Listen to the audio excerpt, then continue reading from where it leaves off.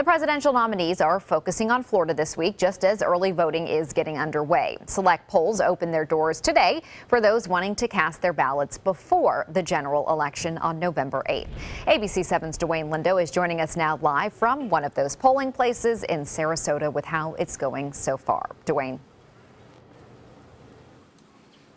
Well, Haley, good afternoon. Voters around the state can let their voice be heard early. And more than 1 million registered voters did just that around the state.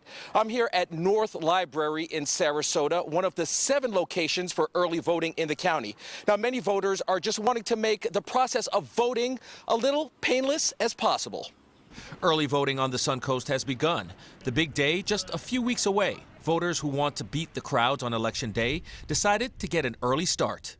This was much easier. I was very glad for the opportunity to come. I don't want to be stuck out here in lines, beat the crowd basically.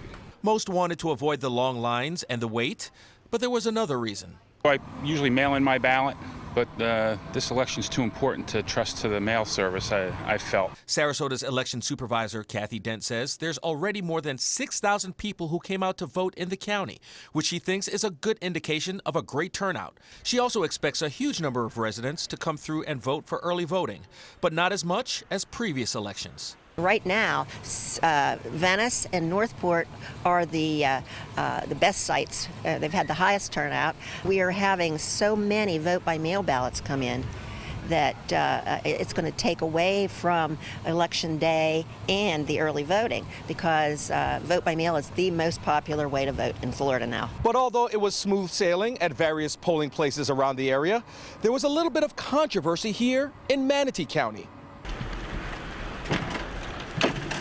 Manatee County workers were removing political signs due to a new ban in effect prohibiting these signs on any county-owned property. A ban enforced not by the supervisor of elections, but by the county, according to Manatee County Supervisor Mike Bennett.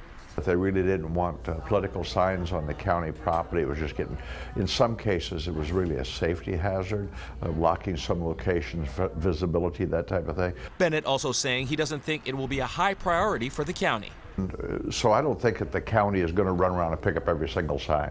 I think they're going to be selective, and when they see signs that are truly interfering with the flow of traffic, interfering with safety, they're going to pick them up. Now, early voting will end Saturday, November 5th at 6:30.